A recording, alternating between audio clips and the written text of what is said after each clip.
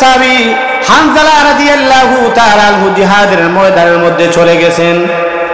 এবার সাহাবীরা লক্ষ্য করে দেখে হানজালা রাদিয়াল্লাহু তাআলা আনহু বীরের বেশে তখন জিহাদ করতেছেন। আল্লাহু আকবার কাবীরা। হানজালা রাদিয়াল্লাহু তাআলা আনহু তরবারি নিয়ে তখন বেঈমান কাফেরদেরকে দাওয়া করতেছেন। লক্ষ্য করে দেখুন হানজালা রাদিয়াল্লাহু তাআলা আনহু জিহাদের ময়দানের মধ্যে আগ বাড়িয়ে অগ্রসর হয়ে তিনি জিহাদ করতেছেন।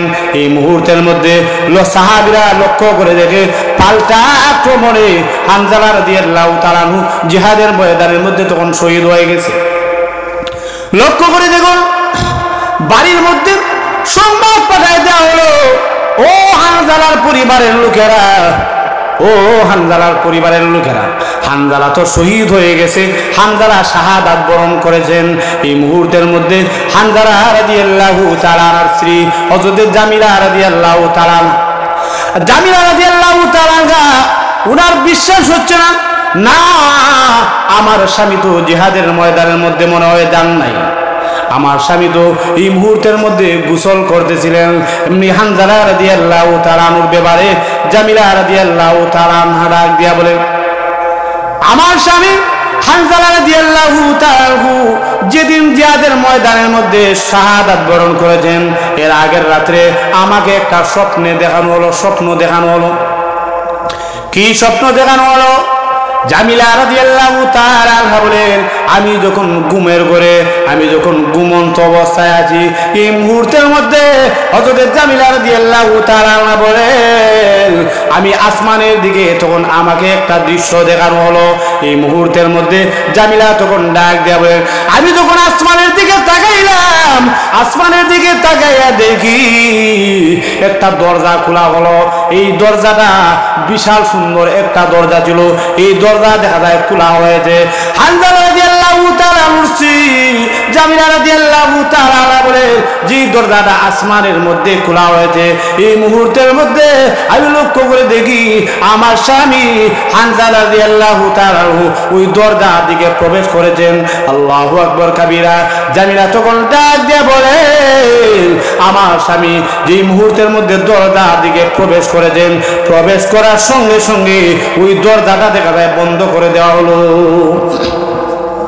এমনি জামিলা রাদিয়াল্লাহু তাআলা বলেন, কি এমন স্বপ্ন দেখলাম, আমার স্বামীকে নিয়ে কি এমন স্বপ্ন দেখলাম, এই স্বপ্নটা হয়তো সত্য হয়ে যাবে।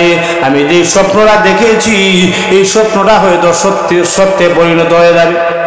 জামিলা রাদিয়াল্লাহু তাআলা বলেন, বিশ্ব নবী রাহমাতুল লিল আলামিনের সাহাবী হযরত হানজালা রাদিয়াল্লাহু তাআলা আমার স্বামী যেদিন জিহাদের ময়দানের মধ্যে চলে গেছে, এই মুহূর্তের মধ্যে আমি তখন মনে মনে ভাবলাম, আমার স্বামী মনে হয় আর আমার ঘরের মধ্যে ফিরে আসবেন না। আমার অন্তর সাক্ষী দেয় না, আমার কলব সাক্ষী দেয় না, আমার দিল সাক্ষী দেয় না, আমার স্বামী মনে হয় এই জিহাদের ময়দানের মধ্যে শহীদ হয়ে যাবেন। ভাইরা আমার লক্ষ্য করে দেখুন, বাড়ির মধ্যে সংবাদ এসেছে, ও জামিলা তোমার স্বামী ইন্তেকাল করেছেন। তিনি ইন্না লিল্লাহি ওয়া ইন্না ইলাইহি রাজিউন পড়ে নিলেন।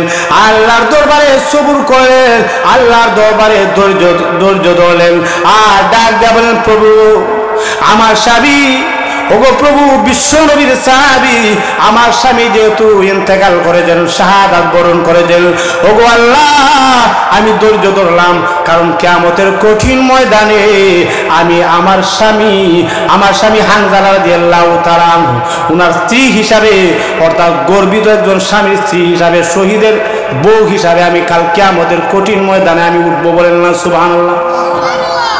লক্ষ্য করে দেখো বিশ্ব নবী রাহমাতুল লিল আলামিনের সামনে সাহাবায়ে কেরাম রাদিয়াল্লাহু তাআলা আজমাইন তাদের লাশ যেই মাত্র রাখা হলো, বিশ্ব নবী রাহমাতুল লিল আলামিন লক্ষ্য করে দেখেন হানজালার লাশটা দেখা যায় নাই। আল্লাহ নবী বিশ্ব নবী রাহমাতুল লিল আলামিন ডাক দিয়ে বলেন, সাহাবীরা রে অনুসন্ধান করে দেখো না আমার হানজালার লাশটা কোথায়। এবার বিশ্ব নবী রাহমাতুল লিল আলামিনের সাহাবীরা এই উহুদের ময়দানের মধ্যে হানজালার লাশটা অনুসন্ধান করতেছেন। না, হানজালার লাশটা দেখা নাই, কোথাও পাওয়া যাচ্ছে না। বিশ্বনবী রাহমাতুল লিল আলামিনের সাহাবীরা তখন পেরেশান হয়ে গেছে। সাহাবীরা তখন বলাবলি করতেছে, ইয়া রাসূলুল্লাহ, ইয়া হাবিবাল্লাহ, ওগো নবীজি, আমাদের মনে হয় বেঈমান কাফেররা হানজালার লাশটা গায়েব করে ফেলেছে, হানজালার লাশটা তারা নিয়ে নিয়েছে।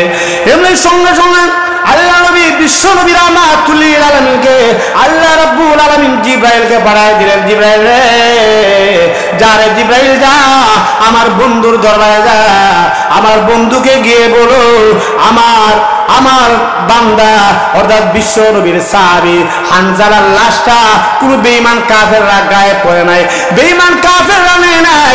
আমি আল্লাহ রাব্বুল আলামিন ফেরেশতাদের মধ্যে আসমানের মধ্যে আমি এনেছি, কারণ হলো আমার বান্দা হানজালাকে আমি জান্নাতের পানি দ্বারা গোসল করাবো। বলেন সুবহানাল্লাহ। ভাইরা আমার লক্ষ্য করে দেখুন, সঙ্গে সঙ্গে জিবরাইল আলাইহিস সালাতু ওয়াস সালাম উপস্থিত হয়ে গেলেন। আল্লাহর নবী বলেন, জিবরাইল রে, কেন তুমি এই মুহূর্তের মধ্যে এসেছো?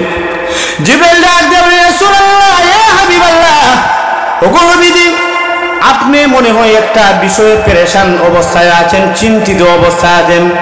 নবীজি ডাক দিয়ে বলেন, জিবরাইল রে, দুইটা চিন্তা। এক নম্বর চিন্তা হলো আমার সাহাবীরা, এত সব সাহাবায়ে কেরাম ইন্তেকাল করেছেন, শাহাদাত বরণ করেছেন, তাদেরকে একসাথে দাফন কিভাবে করব?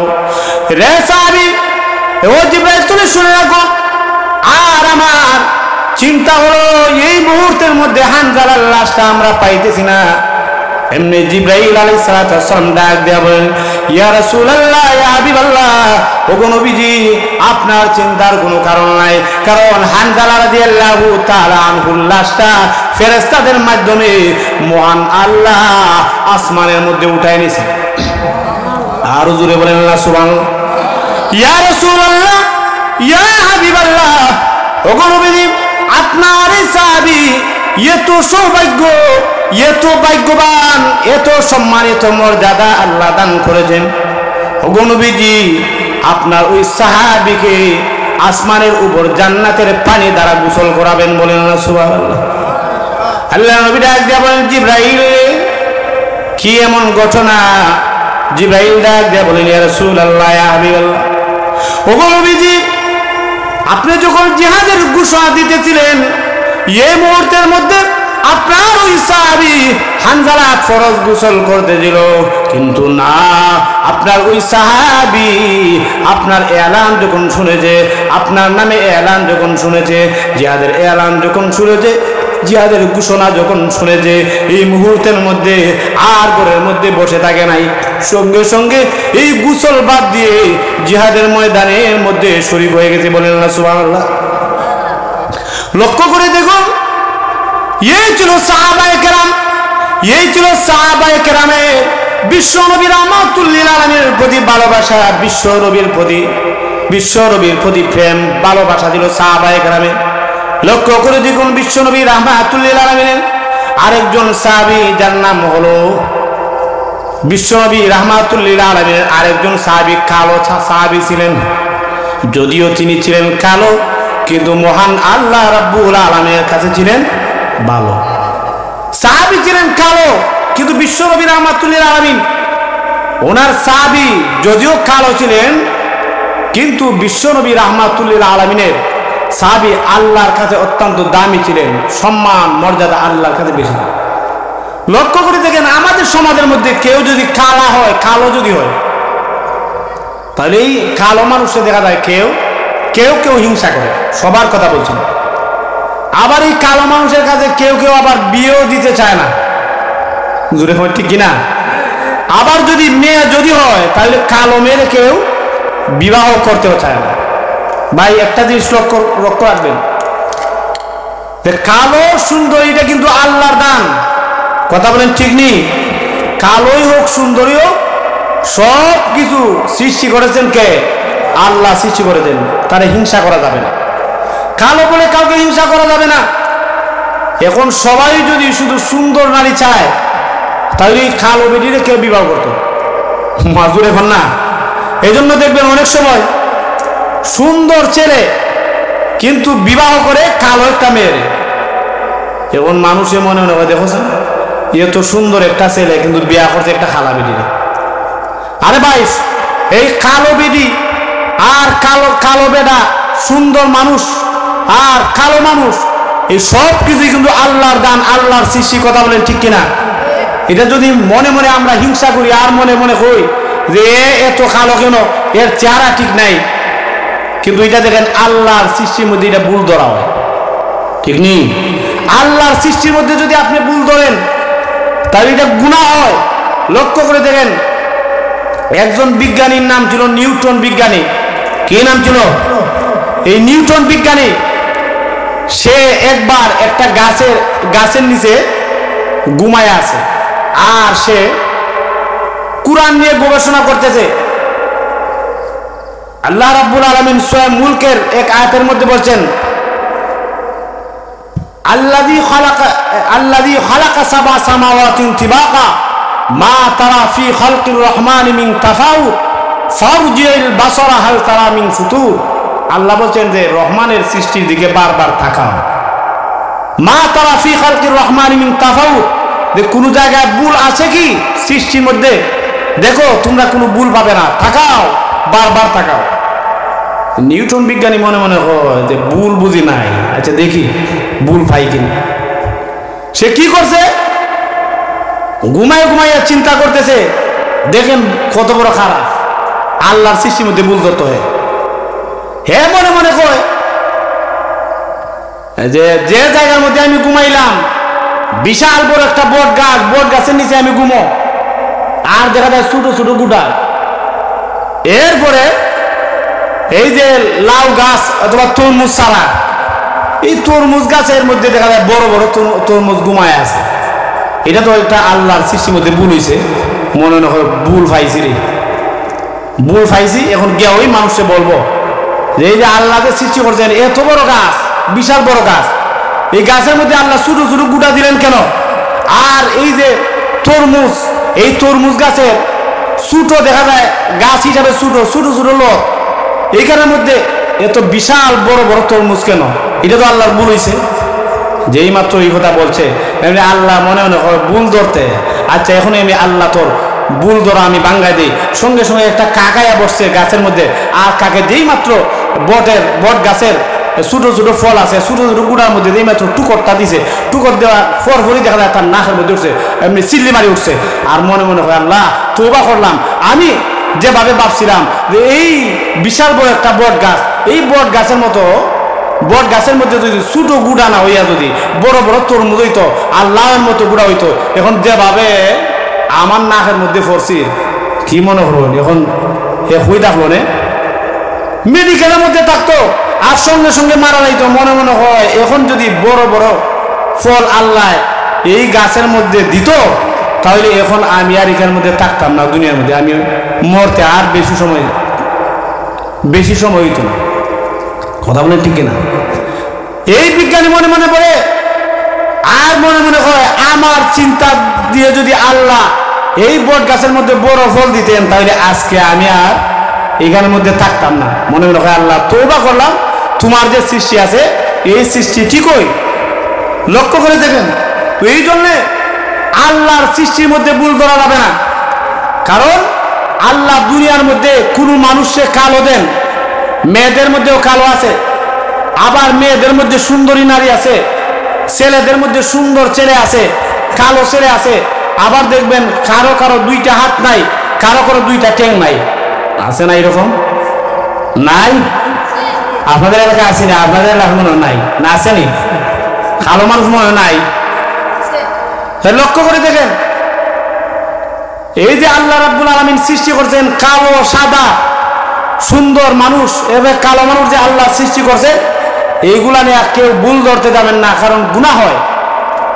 কেননা আল্লাহ রাব্বুল আলামিন আল্লাহ সৃষ্টি করছেন, আল্লাহর মাখলুক সৃষ্টি করছেন, আর মাখলুক সৃষ্টি করে আল্লাহ বলতেন ফারজিল বাসার হাল তারা মিন ফুতুর, বারবার তাকাও আমি আল্লাহর সৃষ্টির দিকে, হাল তারা মিন ফুতুর, ভুল দেখতে পাও কি?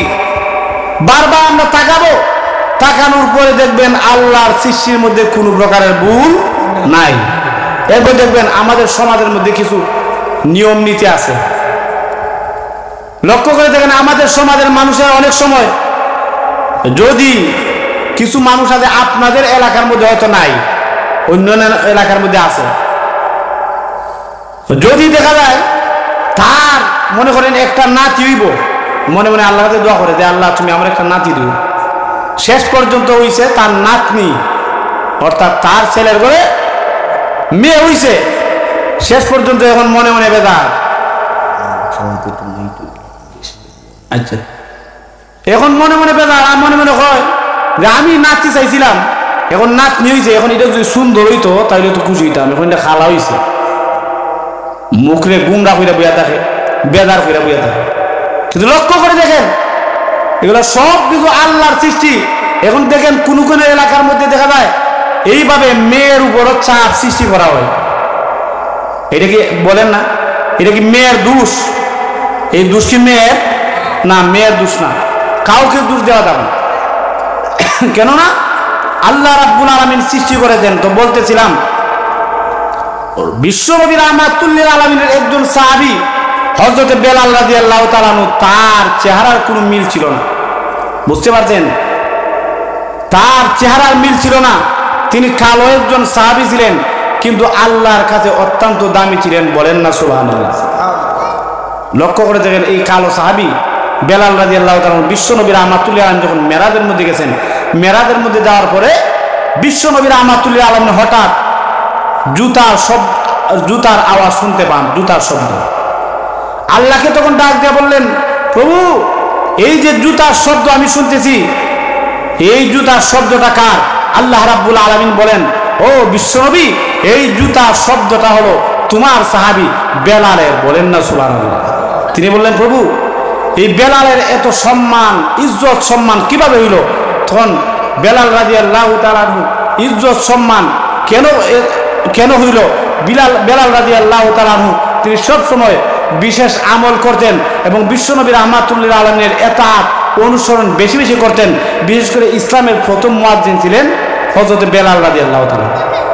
লক্ষ্য করে দেখেন একবার বিশ্বনবী রাহমাতুল লিল আলামিন ফজরের নামাজের অপেক্ষা করতেছেন। বিশ্বনবী মনে মনে ভাবলেন যে সময় হোক তখন আমি যাব, আর বিশ্বনবী সিজদার মধ্যে আল্লাহুম্মা উম্মতি আল্লাহুম্মা গফিরলি উম্মতি বলে আল্লাহর কাছে দোয়া করতেছেন যে হায় আল্লাহ আমার উম্মতকে মাফ করে দেন। বেলাল মনে মনে ভাবতেছে কিরে নবীজি তো এখনো আসতেছেন না, ব্যাপার কি? বেলাল মনে মনে ভাবতেছেন যে বিশ্বনবী মনে হয় গুমো। তিনি তখন একটা শব্দ বললেন, আসসালাতু খায়রুম মিনান নাওম।